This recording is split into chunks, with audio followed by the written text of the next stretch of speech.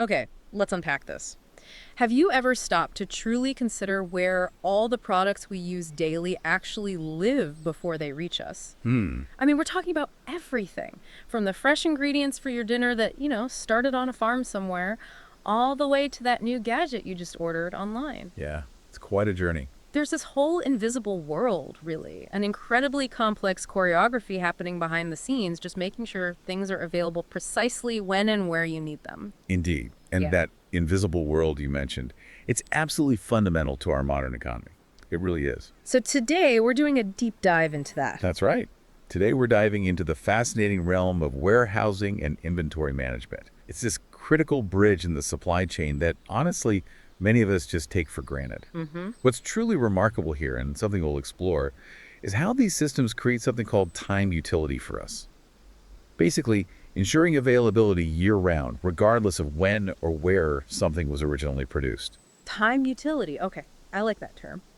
So, our mission for this deep dive then is to pull back the curtain on this vital industry. Exactly. We'll be exploring the core definitions that govern it, uncovering the surprising and maybe often underestimated costs involved. Oh, definitely underestimated sometimes. We'll delve into the diverse types of warehouses that exist because they're not all the same, right? Not at all. And we'll dissect the intricate operations that make warehousing such an essential part of getting goods from, well, literally anywhere to your front door. It's a crucial link in the chain.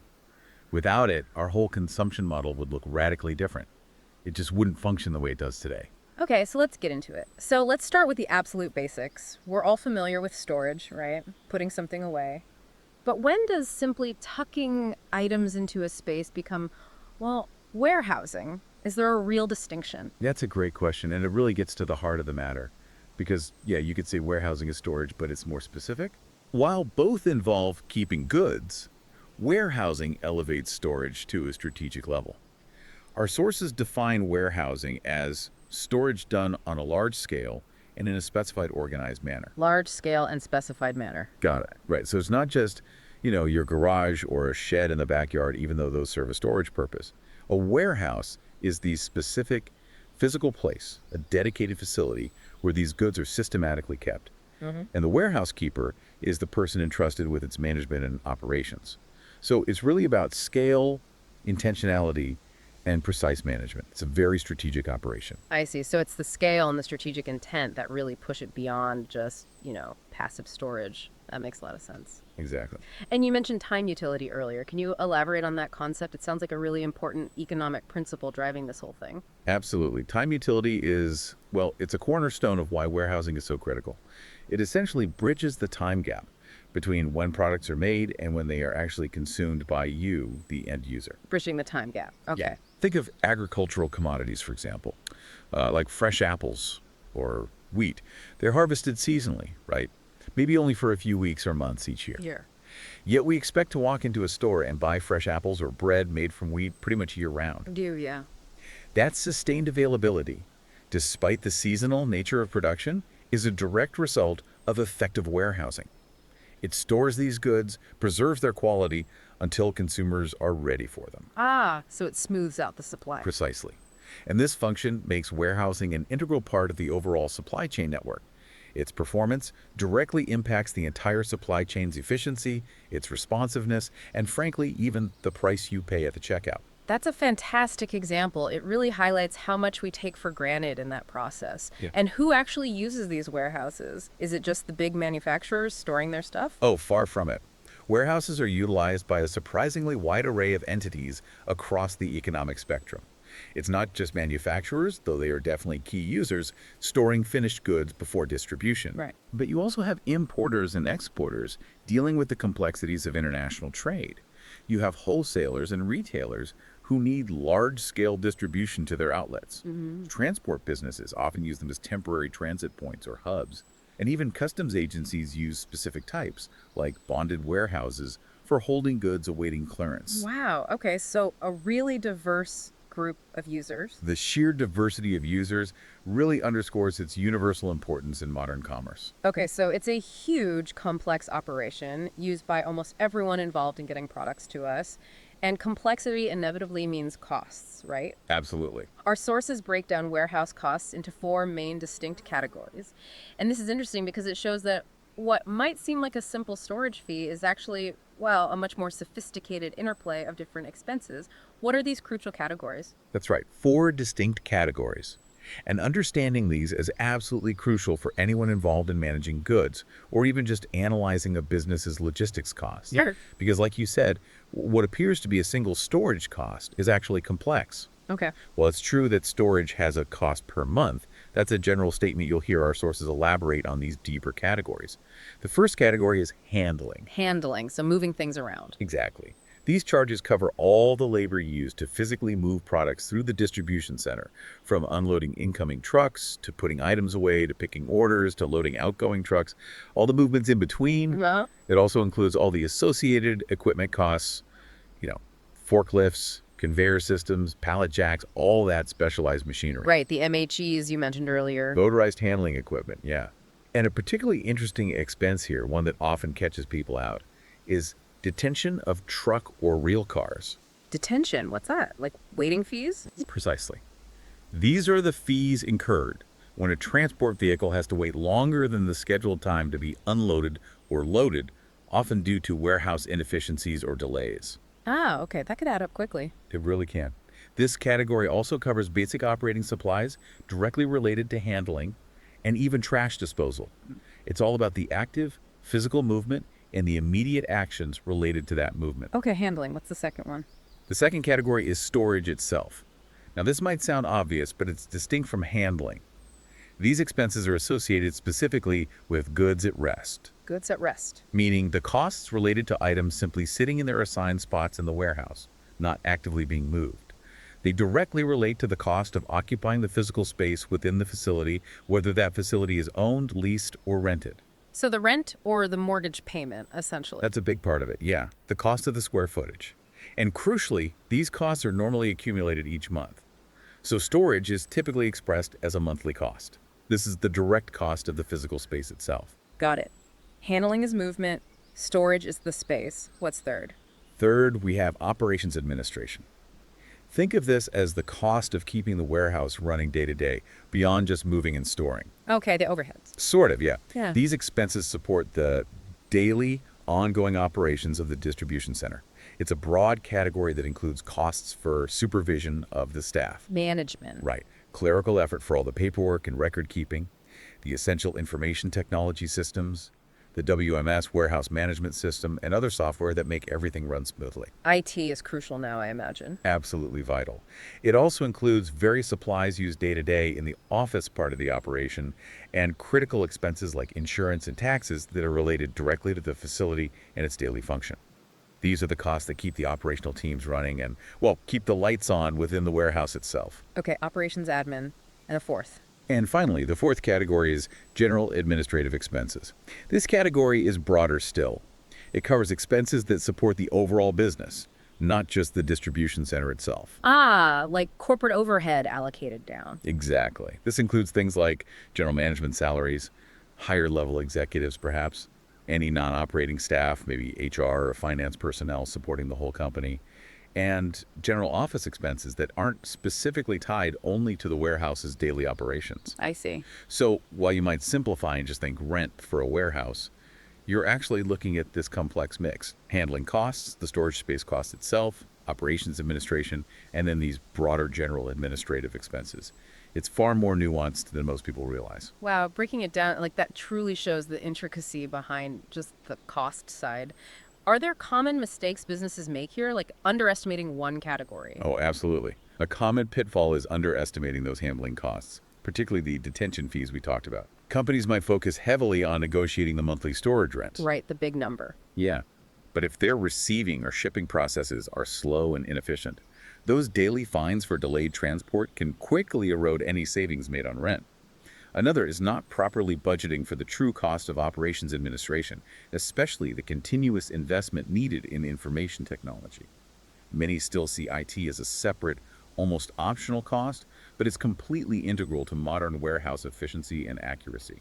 Ignoring it is perilous. That's a fantastic insight. So, thinking beyond just bridging that time gap you mentioned earlier, Why is warehousing such a fundamental requirement? It feels like it solves multiple problems at once. It really does. Our sources lay out 6 key needs that warehousing addresses. It's truly remarkable when you consider that warehousing isn't just about holding stock. It feels like a silent solution to fundamental economic challenges that would otherwise grind our modern commerce to a halt. You've hit the nail on the head. These 6 points really explain the why behind warehousing's pervasive presence across virtually all industries. They ensure goods are available when and where needed, and often at a stable price. They are truly fundamental. Okay, let's hear them. What's the first one? First, there's seasonal production. We touched on this with the apples example. Huh? Agricultural commodities, think grains, fruits, vegetables, they're harvested during specific seasons, often just a short window each year. All right. But consumption, our demand for them, happens throughout the year. Warehousing allows for the efficient storage of these goods, maintaining their quality, making them continuously available long after the harvest is over.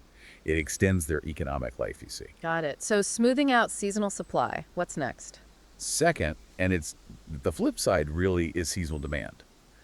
Certain goods are demanded very specifically by season. Ah, like winter coats or... Exactly. Our source gives great examples. Woolen garments in winter or umbrellas in the rainy season.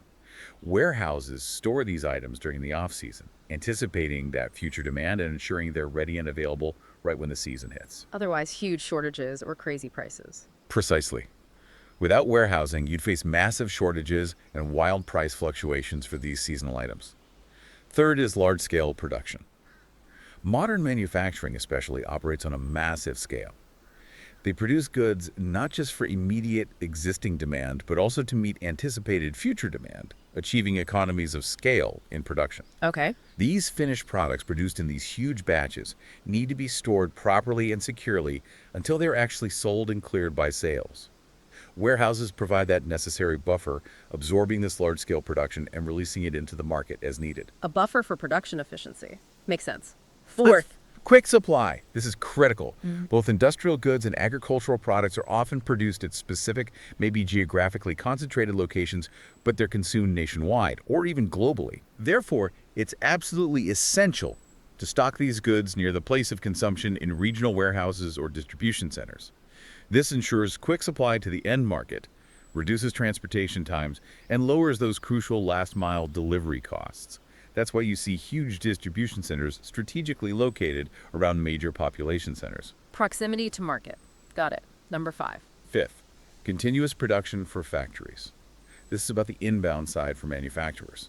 Manufacturing lines require an adequate and continuous supply of raw materials and components to ensure uninterrupted production. Yeah, you can't have the line stop. Exactly. Warehouses provide this vital buffer by storing sufficient quantities of these raw materials, preventing costly stoppages, delays, and production line disruptions that could arise from unexpected shortages or delivery delays from suppliers. Okay. Feeding the factories. And the last one, number 6. And sixth, and this is one that's often overlooked but has huge economic implications, is price stabilization. Ah, interesting. How so? Warehouses play a crucial role in the broader economy by helping to maintain a reasonable level of the price of the goods in the market. By holding sufficient stock, they can release goods when supply is tight, thus preventing sudden scarcity. Right. Scarcity in supply, as we know, can trigger sharp price increases.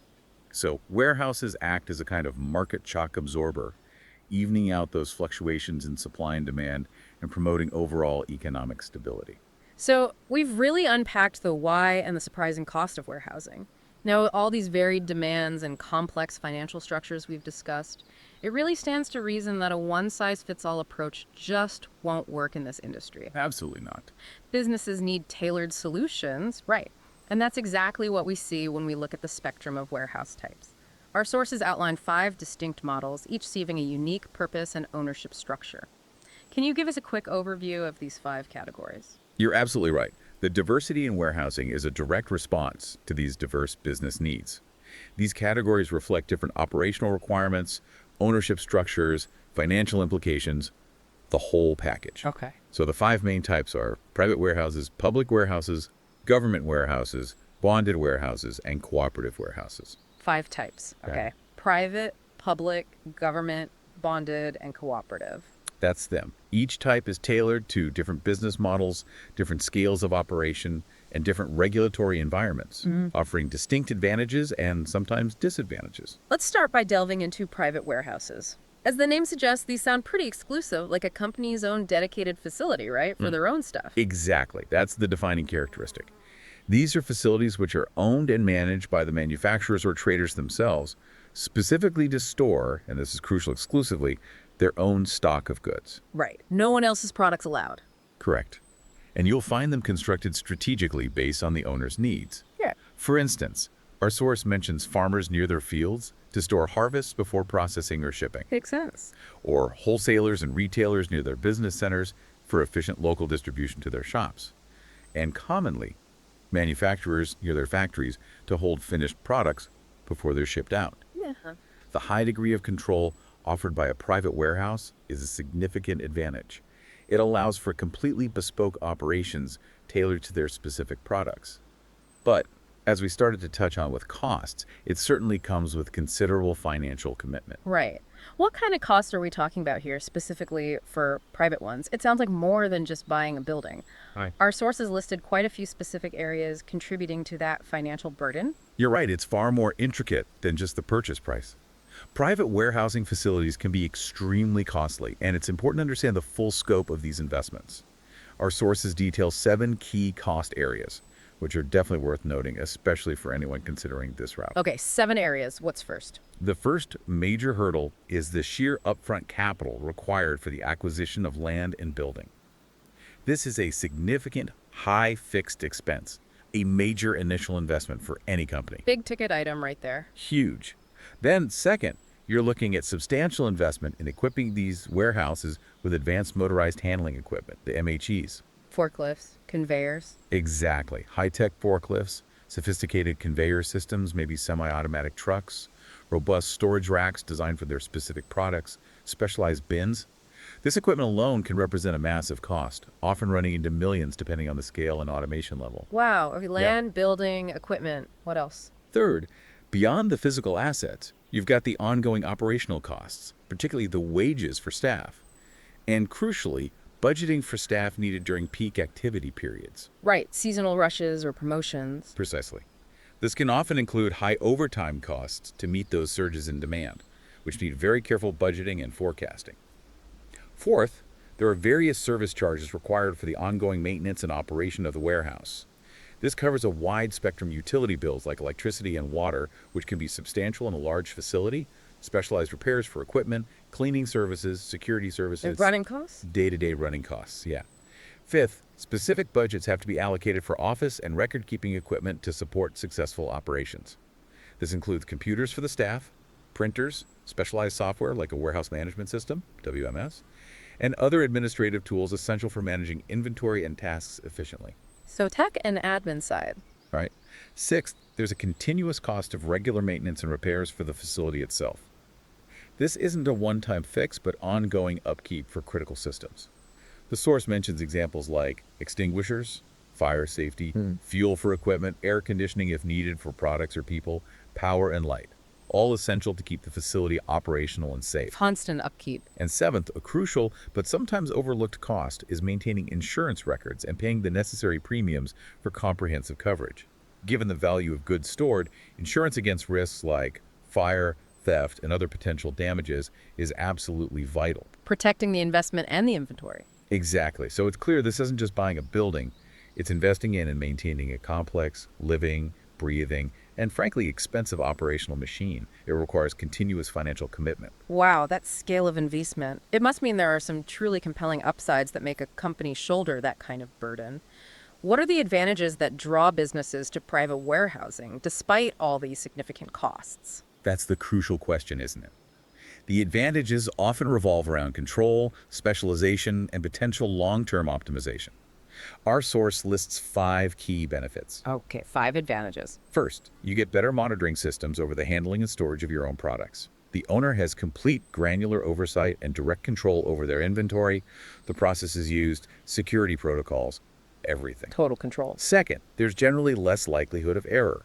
Because you have dedicated staff trained specifically on your products and procedures, and systems tailored exclusively for your unique goods and operational needs, the risk of mistakes, damage, or missed shipments can be significantly lower than in a shared facility. Makes sense. Dedicated focus. Third, and this is a big one for efficiency, is the significant opportunity to specially design its facilities for automatic material handling equipment.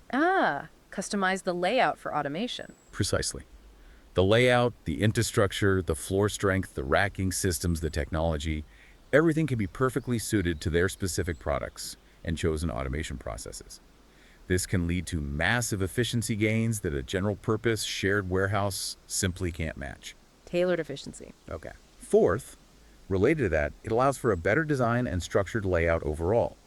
It's optimized for their unique operational flow, how their products move, rather than trying to make do with a generic facility designed for many different users. This level of customization can dramatically improve workflow and throughput. Streamlined operations. And fifth, often there are intangible benefits that translate into cost reduction in all warehouse operations over the long term. As the facility becomes highly specialized and hyper-efficient for its specific purpose, these cumulative operational efficiencies can eventually outweigh the high initial investment, especially for high-volume operations. So long-term payoff through specialization. Potentially, yes, if the volume and specificity justify the upfront cost. Okay, so if private is all about exclusive ownership, total control, customization, but at a really high cost, public warehouses must be the opposite, right? More of a shared service model accessible to more businesses. Precisely. That's the fundamental difference. Right. Public warehouses are facilities run specifically to store goods for the general public, or, more accurately, for multiple different client businesses. Okay. Anyone, theoretically, can store their goods in these warehouses upon the payment of rent or service fees. It's a pay-as-you-go model, essentially. Like renting space instead of owning the building. Exactly. And a crucial point, especially maybe for an MCQ focus, is that these public warehouses require a specific license from the government to operate. They're regulated. Yes, this ensures they meet certain standards for security, safety, financial stability, and operational reliability. It gives users some assurance. They are utilized by that wide array of entities we mentioned earlier: manufacturers, wholesalers, exporters, importers, even government agencies sometimes, basically. Anyone seeking flexible storage solutions without the massive burden of ownership. So it's like a shared utility for businesses needing storage. What makes them so attractive then, especially given the control and customization advantages you just described for private warehouses? What's the main draw? Their advantages are really compelling, particularly for businesses that either don't want the financial burden of ownership, or perhaps more commonly, those with fluctuating storage needs that simply don't justify a massive fixed investment in their own facility. Our sources outline 8 main advantages that make public warehouses a very popular choice. 8 advantages. Okay, let's hear them. First, in general, they tend to be less expensive and more efficient for achieving high customer service levels, especially for smaller or medium-sized businesses. Why? Because they specialize in storage and handling for many clients, leveraging their expertise and scale. Economies of scale and operation. Right. Second, they are usually strategically positioned and easily available. Public warehouse companies often build large facilities in key distribution hubs near ports, major highway interchanges, rail yards. This offers convenience and potentially reduces transport costs for their clients without the client needing to find and build their own facility in such prime, often expensive, locations. Location, location, location, but shared. Exactly. Yeah. Third, they offer significant flexibility. They can usually meet most space requirements for various business plans. Whether a business needs a lot more space during a peak season or much less during an off-peak time, public warehouses can typically scale the space up or down much more easily than owning a fixed-size private facility. The scalability is a huge draw. Pay for what you use. Pretty much. Fourth, those significant fixed costs of owning and operating a warehouse, things like property taxes, building maintenance, the initial construction costs, security infrastructure, these are distributed among many users. This significantly reduces the individual cost burden for each client compared to shouldering it all themselves in a private setup. Spreading the fixed costs. Makes sense. Fifth, and this is a big one financially, is conservation of capital. Businesses avoid that massive upfront investment and the ongoing capital expenditure required to build, equip, and maintain their own private facility. This frees up capital that can be invested in other core business activities like R&D, marketing, or production. Less capital tied up in buildings. Correct. Sixth, Public warehouses, because they serve many clients, usually have enough space and infrastructure to efficiently handle peak requirements for multiple clients simultaneously. They leverage their large-scale operations and cross-trained staff to manage fluctuating demand across their customer base. Handling the peaks. Seventh, related to the first point, they benefit significantly from good economies of scale in everything from purchasing supplies to negotiating transportation rates, due to their large volume operations and specialized infrastructure. These savings can often be passed on, at least partially, to their clients in the form of competitive rates. Better efficiency through scale. And eighth, an interesting one, is that for businesses, utilizing public warehouses can sometimes offer tax advantages.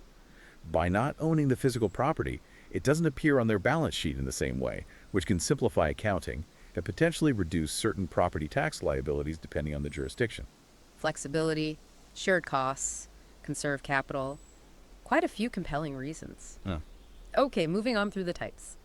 Next up, government warehouses. Now, I imagine these are pretty straightforward in terms of ownership and the primary purpose, less commercial focus, perhaps. They are indeed quite straightforward in their definition. These warehouses are clearly defined by their ownership structure. They are owned, managed, and controlled by central or state governments, or by public corporations or local authorities. So, public sector ownership. Exactly. Our source provides some excellent specific examples from India, like the Central Warehousing Corporation of India, the State Warehousing Corporation, and the Food Corporation of India, which manages strategic food reserves. Globally, you'd find similar entities, think strategic grain reserves, emergency supply depots, or facilities holding government equipment or records. Right.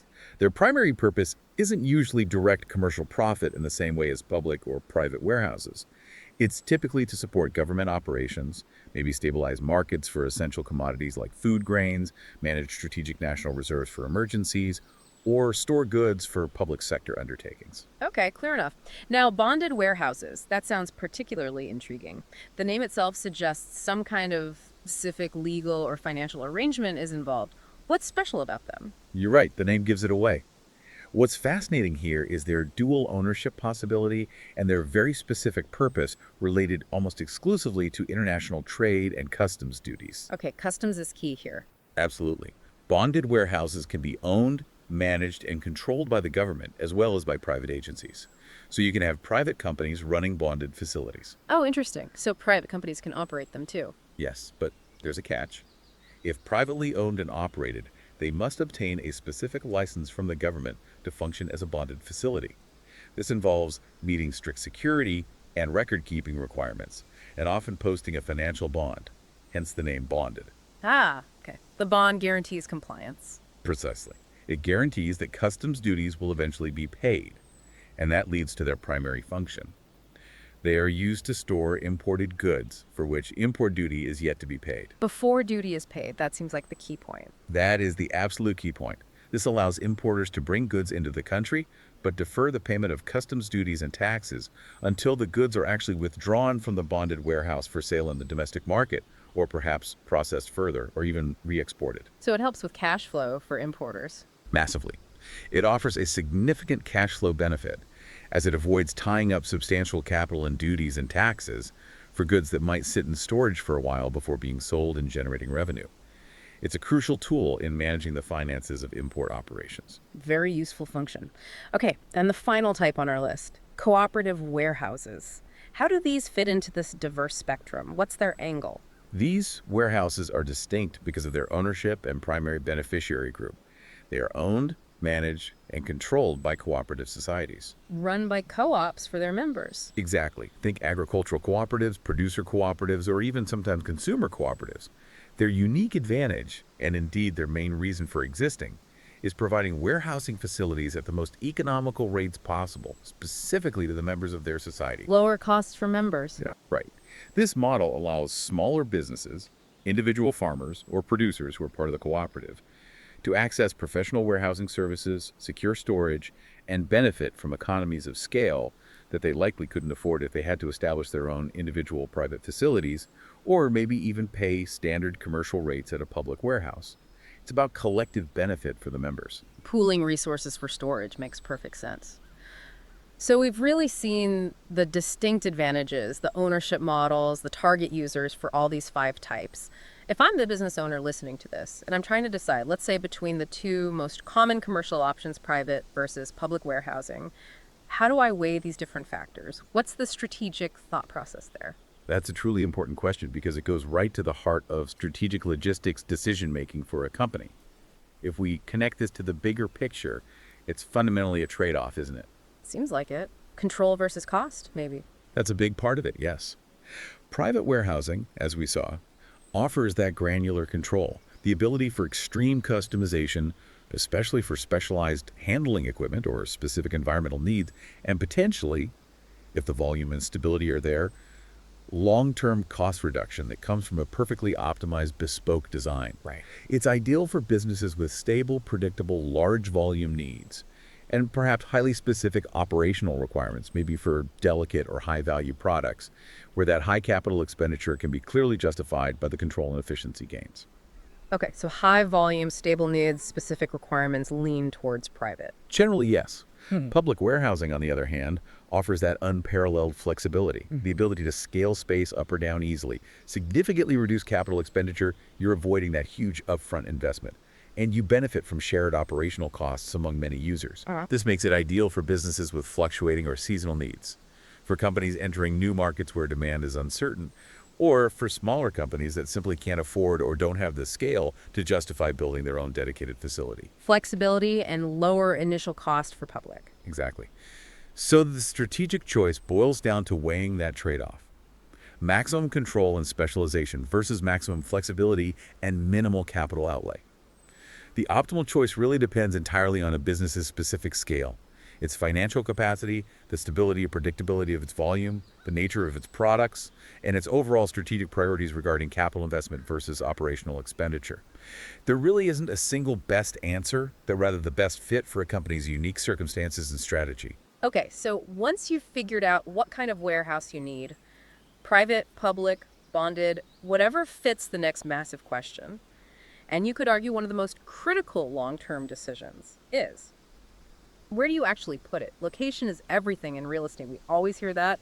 I imagine it's even more profoundly critical for a warehouse, directly impacting efficiency, cost, and ultimately profitability. You're absolutely right. Warehouse location isn't just about finding an empty plot of land or a vacant building.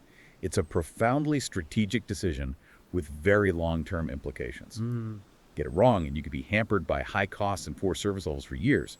Get it right, and it's a significant competitive advantage. So what are the key factors? Our sources list several crucial considerations for determining a warehouse's location. Looks like 5 main ones. That's right. 5 main considerations that every business must weigh very carefully. First, and arguably paramount, is market service and cost of distribution. Getting goods to the customer. Exactly. This means assessing how efficiently and cost-effectively goods can be distributed from that potential warehouse location to the target market or customer base. Proximity to customers or key sales regions is often critical, as it directly affects delivery lead times and transportation expenses, which are often a huge chunk of logistics costs. Lower shipping costs, faster delivery. Okay. Second, the satisfaction of transport requirements and facilities available. A warehouse is fundamentally a nexus for goods movement, right? Right. Easy. Uncongested access to various modes of transport is non-negotiable. Roads, braille. Yes. This includes evaluating the quality and capacity of critical infrastructure, like nearby rail access, major link roads and highways, and the general ease of access for road vehicles, especially large trucks. Being near major highways, intermodal hubs, or even ports or airports, depending on the business, can significantly reduce transit times and costs for both inbound and outbound shipments. Good transport links are key. What's third? Third is the availability of utilities, and importantly, their cost. Things like reliable power, water, gas, sewage disposal. A modern warehouse, especially one with automation or temperature control, is a highly active facility. It requires substantial utility infrastructure to power its equipment, run climate control systems, operate lighting, and support administrative offices. The availability, reliability, and cost of these utilities can significantly impact ongoing operational expenses, so it's a key factor in location choice. Can't run without power and water. Fourth. Fourth is the labor supply and labor productivity in the chosen area. Warehouses are still very much dependent on people, even with increasing automation. A large, skilled, reliable, and reasonably priced workforce is absolutely essential for smooth warehouse operations receiving, put away, picking, packing, shipping, managing. The availability, skill level, prevailing wage rates, and even the general productivity or work ethic of the labor pool can vary significantly by region. So finding an area with a suitable workforce is critical. Need the right people available. And fifth, And fifth, something that's crucial for long-term thinking is the potential for later expansion. Businesses hope to grow, right? And their warehousing needs might increase over time. future proofing. Exactly. An ideal location should ideally offer sufficient adjacent land for horizontal expansion, or perhaps the zoning and structural possibility for vertical expansion, adding mezzanines, for example, ensuring future growth isn't immediately constrained without facing the incredibly costly and disruptive necessity of relocating the entire operation down the line is a really important strategic consideration. You don't want to box yourself in. Okay, so that's where to put it. But beyond just the strategic location on a map, what makes a warehouse truly ideal in its actual design, its internal facilities, its layout, and its day-to-day operational readiness? What characteristics should a business look for or build into a facility to ensure maximum efficiency, safety, and suitability for purpose? That's a great question because an ideal warehouse is much more than just four walls and a roof. It's optimized for efficient flow, for safety, and often for specialized needs, ensuring not just static storage, but active, effective management and protection of the goods inside.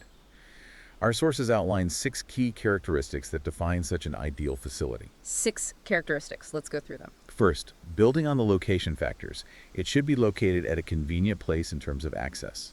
This means easy, unimpeded access to and from major transportation hubs. The source specifically mentions near highways, railway stations, airports, seaports, basically, anywhere that facilitates seamless inbound and outbound movement and distribution.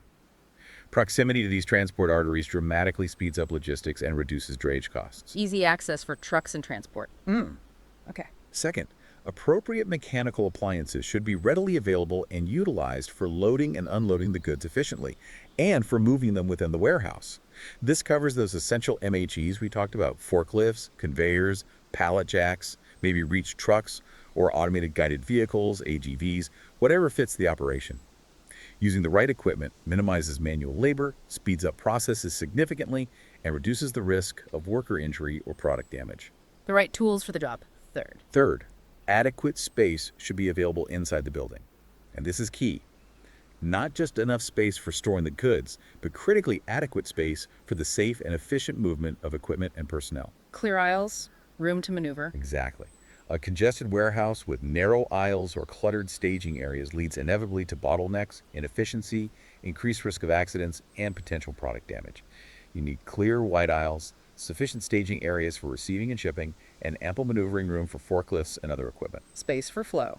4th characteristic. Fourth, and this is crucial for certain industries, is having cold storage facilities for perishable items. Our sources give specific examples like fruits, vegetables, eggs, and butter, but it applies to pharmaceuticals, certain chemicals, flours, and many other goods. Maintaining a specific controlled temperature, whether refrigerated or frozen, is absolutely critical for maintaining product quality, extending shelf life, ensuring safety, and complying with health and regulatory standards for these temperature-sensitive goods. Cold chain integrity. Vital. 5th. Fifth, practical but essential. Sufficient parking spaces outside the warehouse. You need adequate space for trucks waiting to load or unload, for employee parking, and for other vehicles visiting the site. Avoiding congestion in the yard is just as important as avoiding it inside. Coupled with this, the source mentions round-the-clock security arrangement to avoid theft of goods. Given the high value of inventory often stored, robust security fences, gates, cameras, alarms, guards perhaps is paramount for asset protection. Parking and security. Makes sense. And last one, number 6. And sixth, safety first.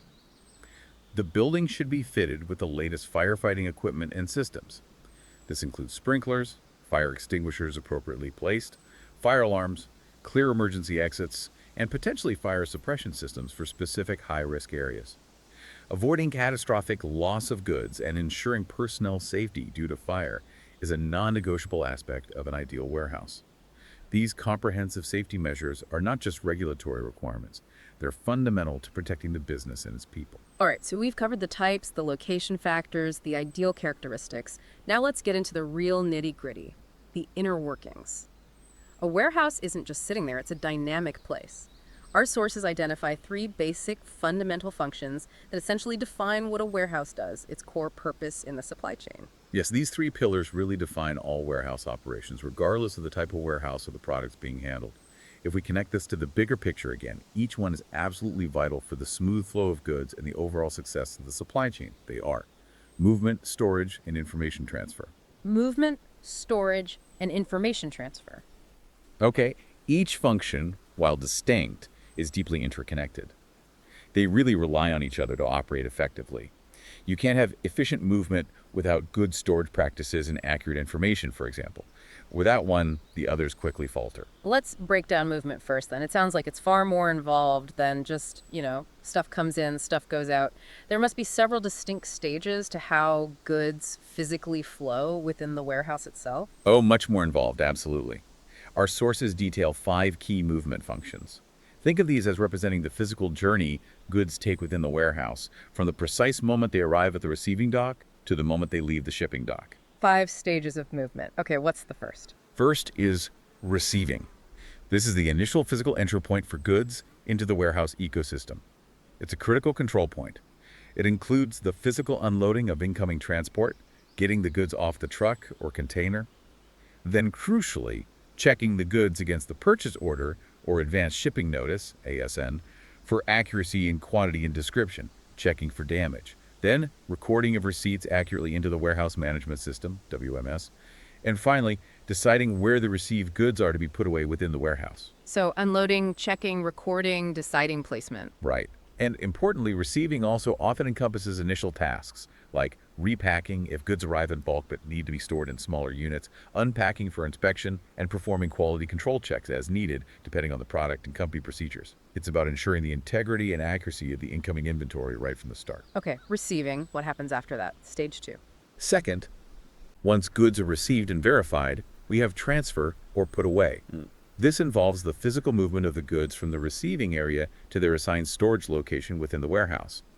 The source mentions binning and storing the goods in their respective locations. Putting it on the shelf, basically. Essentially, yes, but strategically. These locations can include permanent, long-term storage slots, or sometimes temporary holding locations, perhaps in a staging area near receiving before final put away.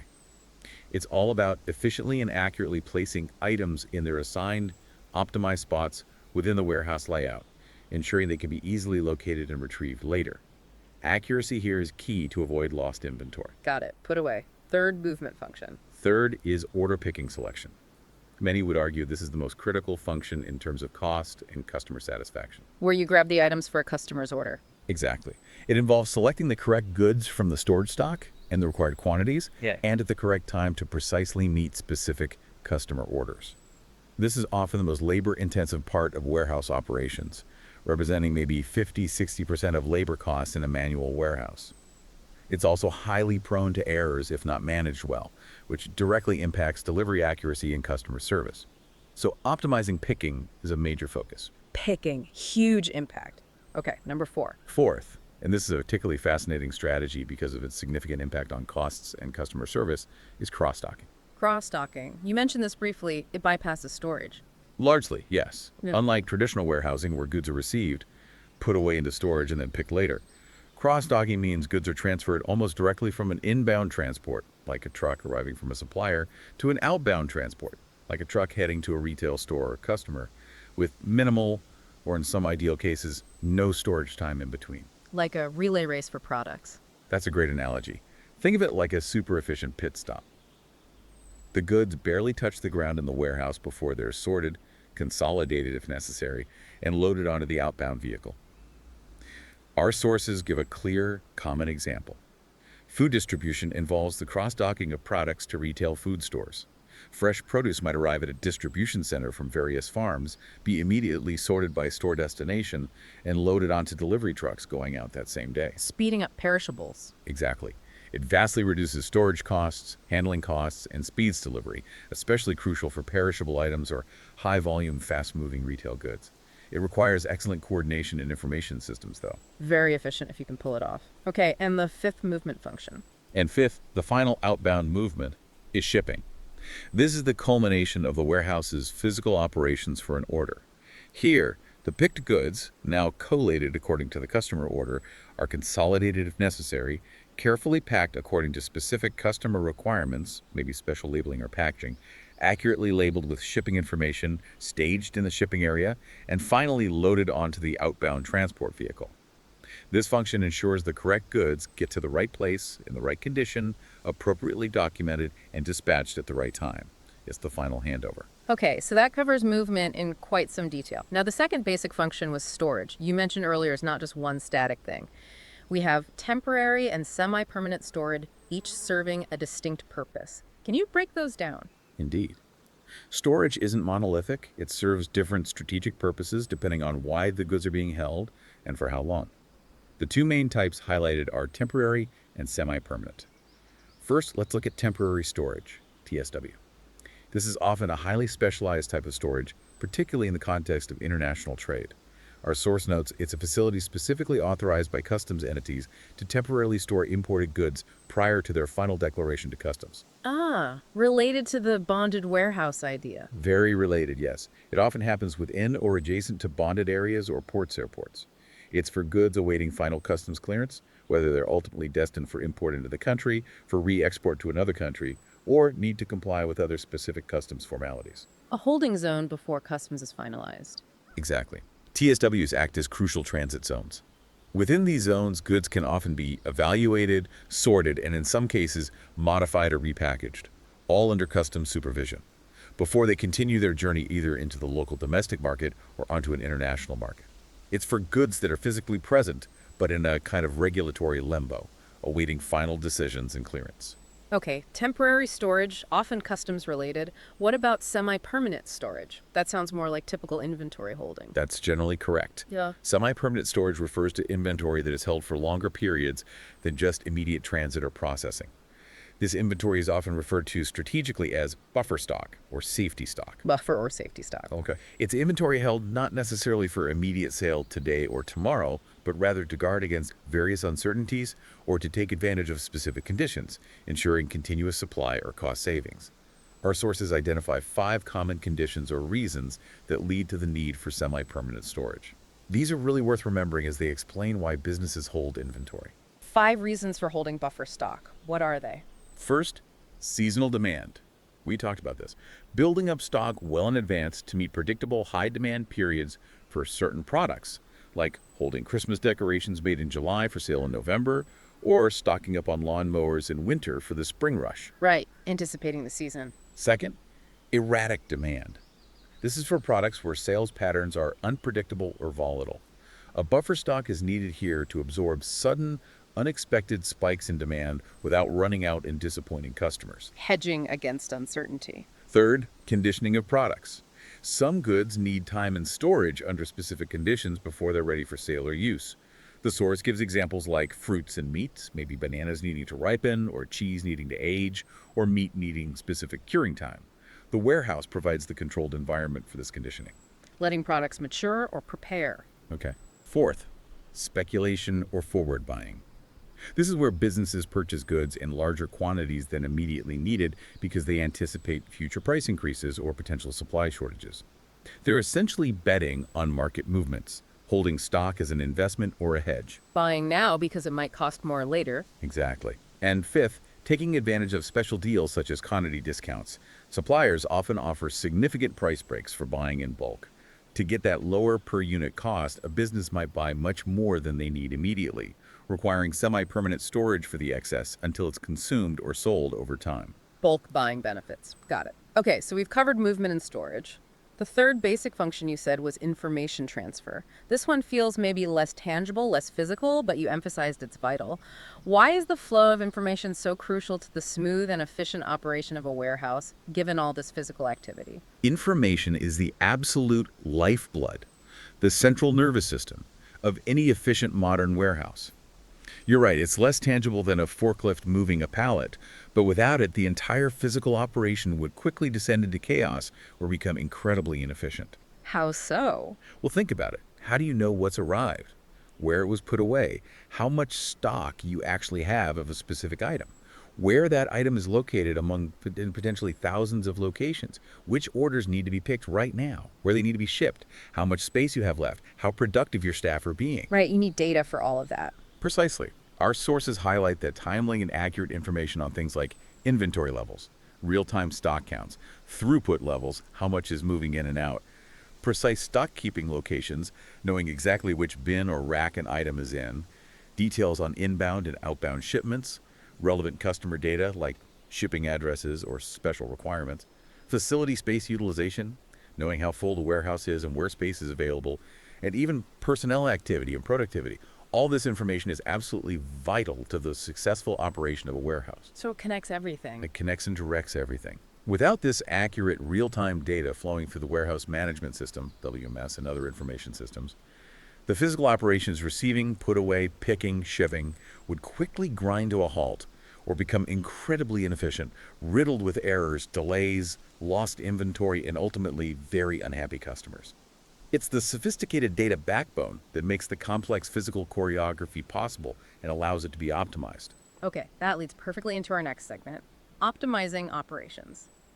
This first topic, warehouse profiling, sounds like it uses that vital information transfer to make the whole operation smarter. It sounds like the real science behind designing and running an efficient warehouse, taking all that crucial data we just talked about and turning it into a strategic advantage. What exactly is warehouse profiling? You've got it exactly right. Warehouse profiling is the science, the analytical engine behind optimizing warehouse design and operations. It's a sophisticated data-driven process. What it does is analyze historical data order history, item movement history, receiving patterns to determine how to best design the physical layout and how to operate the warehouse for maximum efficiency and minimum cost. Using past data to design the future. Precisely.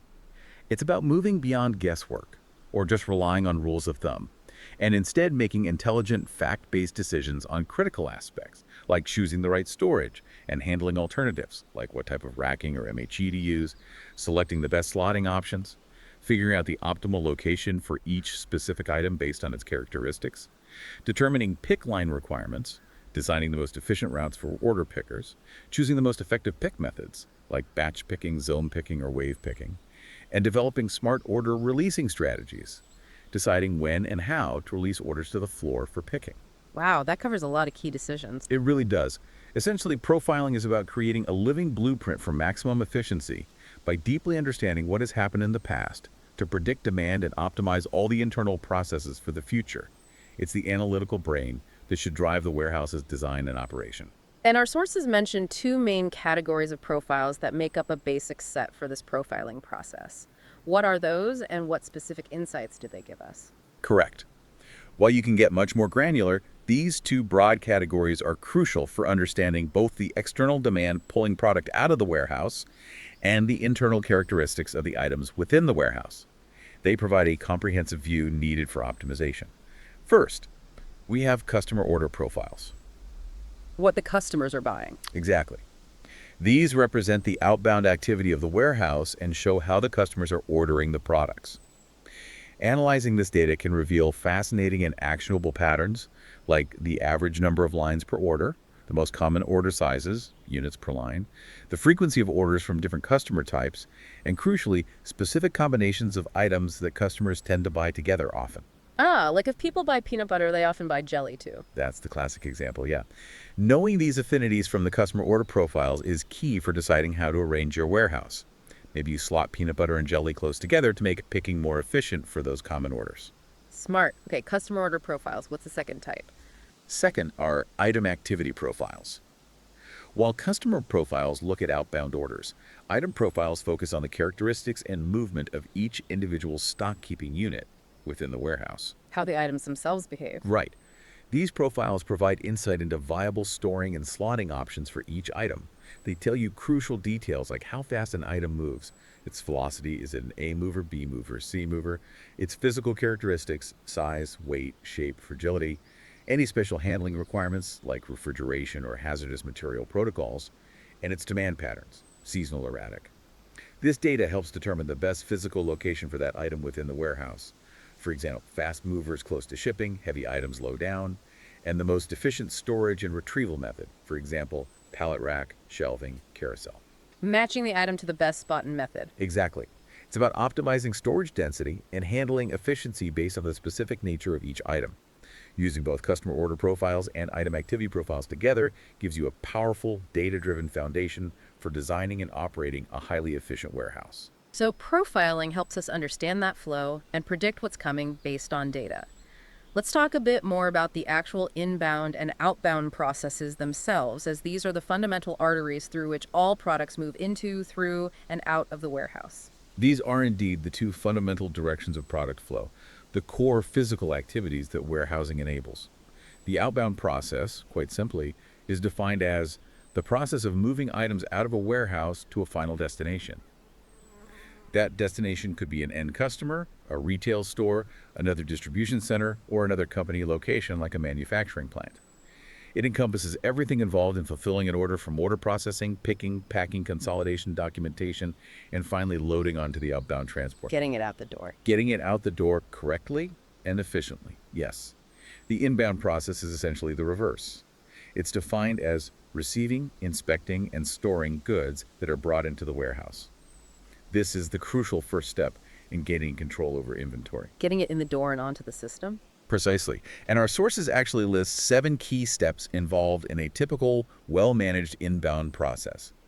This highlights the meticulous sequence of activities required here. 7 steps for inbound. Okay. First, pre-arrival preparation.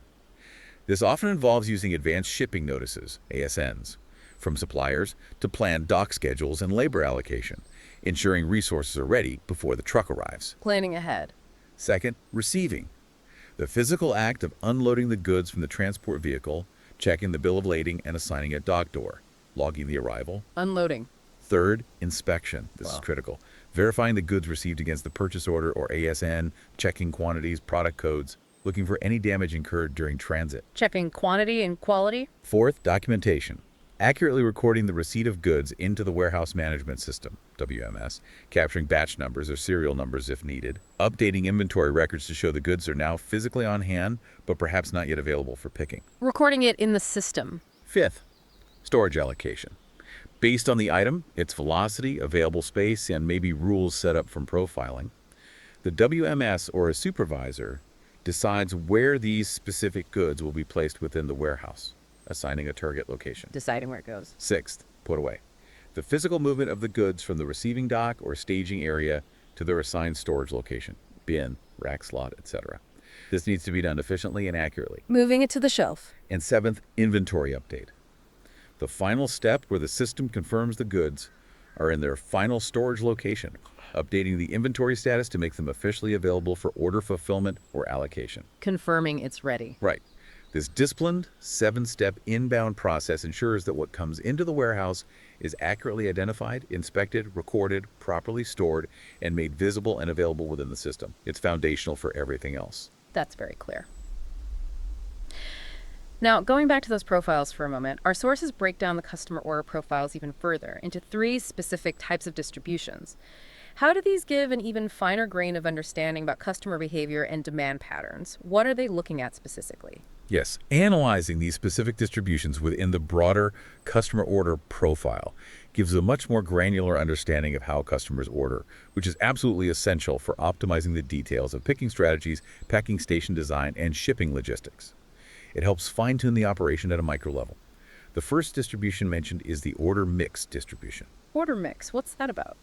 This looks at the variety and combination of different items SKUs use that typically adhere together on a single customer order. The source defines the related process as picking and preparing products from multiple orders for shipment, often done in distribution warehouses. The distribution itself shows, statistically, which items tend to be ordered together. Are most orders single line? Or do they typically contain 5, 10, 20 different items? Are there common pairings or groupings? Like the peanut butter and jelly again. Exactly. Knowing the typical mix of items per order informs decisions about picking strategies. The example is batch picking feasible if orders are diverse, slotting, placing commonly combined items near each other, and packing station setup. Okay, the variety within an order. What's the second distribution? Second is the order increment distribution. This one is fascinating because it describes the way in which the quantity of an order line is increased in steps. How the quantity increases. What does that mean exactly? It means looking at the typical quantities ordered for a single item line. Do customers usually order 1 unit, Or do they consistently order in multiples of, say, 5 or 10, or maybe a full case pack of 24? This distribution highlights those common order quantity patterns or increments. Ah, so if people always buy soda in 6 packs or 12 packs. Precisely. Understanding those common increments helps optimize things like stocking inventory, maybe store in full cases if that's how it's usually ordered, packaging design, pre-packed bundles, and picking methods. Easier to pick a full case than 24 individual cans. Got it. Common quantities. And the third distribution. And third is the order lines distribution. This focuses on the number of individual lines, or distinct items, typically found on a single customer order.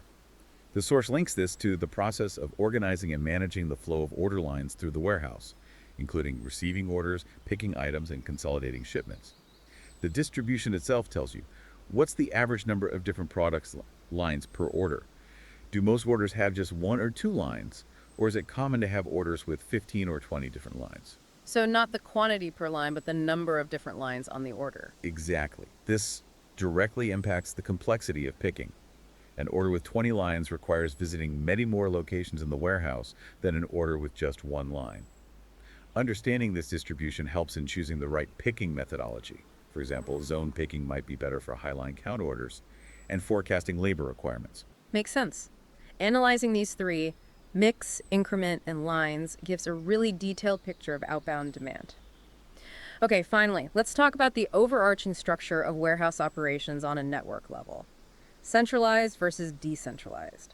This sounds like a fundamental strategic choice for any business looking to optimize its entire supply chain footprint, not just a single warehouse. This is indeed a key strategic choice, a major fork in the road for businesses designing their distribution network, and each approach has very distinct implications for cost, inventory levels, delivery speed, and overall complexity. It's a classic network design trade-off. So what defines a centralized system? In a centralized warehouse system, the basic idea is that all inventory is stored in one single location, or perhaps just a few major regional hubs.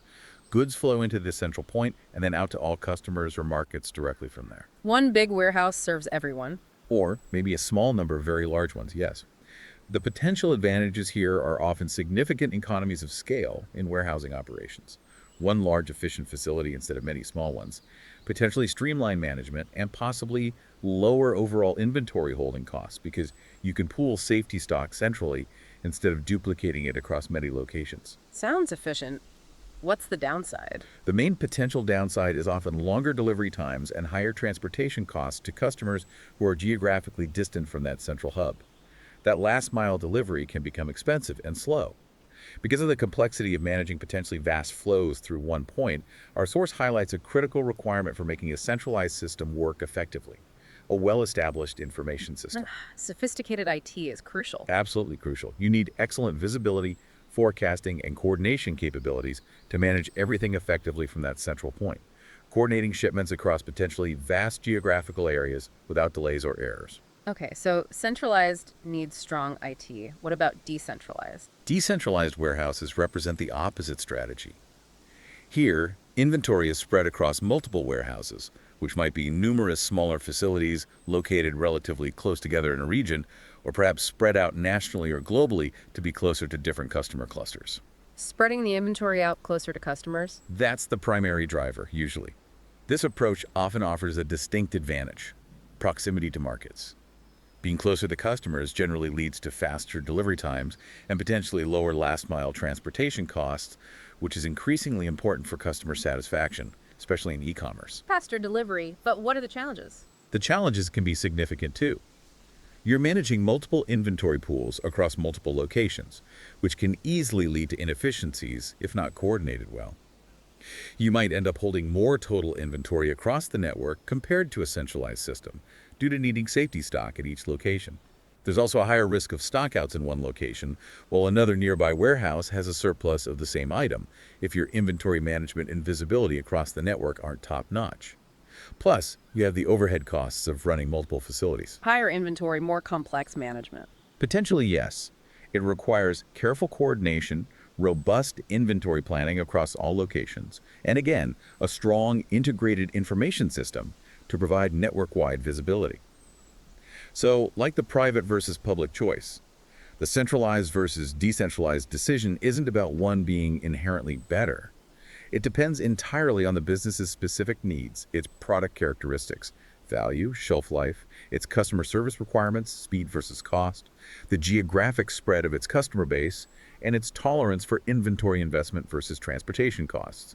Many companies, in fact, use a hybrid approach. A mix of central hubs and smaller local depots, maybe. Exactly. Finding the right balance is key to optimizing the overall supply chain network. Wow, what a truly deep dive that was into the hidden yet absolutely vital world of warehousing and inventory management. We've gone from the basics of what it even is beyond just storage Right, that strategic large-scale operation. to understanding the four critical categories of costs that often get overlooked: handling, storage, operations admin, general admin, Costs that go way beyond just the rent. to navigating the five distinct types of warehouses catering to every business need: private, public, government, bonded, cooperative. Each with its own purpose and trade-offs. And breaking down the incredibly detailed functions. The three basics of movement, storage, and information transfer, and those five stages of movement like receiving and cross-docking, the 7 steps of inbound. It's clear this is far more complex and vital than just a big storage shed. Absolutely. It is, without a doubt, a fundamental cornerstone of modern commerce, often unseen by the end consumer, but absolutely essential for our daily lives and the functioning of the economy. Absolutely. We've really seen how warehouses are instrumental in creating that vital time utility, bridging those production and consumption gaps we talked about. Yeah, making apples available year-round. Exactly. And how they help stabilize prices by managing supply and demand fluctuations, and how they ensure that continuous flow of goods we rely on, whether it's managing seasonal demand for umbrellas stored off-season, or ensuring your imported goods clear customs efficiently in a bonded warehouse. Understanding these intricate structures, from the specifics of handling costs like detention fees, to the crucial factors in choosing a location, the characteristics of an ideal facility, the meticulous steps of processes like inbound, and the non-negotiable importance of that well-established information system, especially for centralized operations. It's all critical for anyone looking at how our supply chains actually operate and how products so seamlessly reach us every single day. It truly is a complex and fascinating field. The efficiency or inefficiency of warehousing has a direct ripple effect throughout the entire economy. So here's something for you, our listeners, to think about.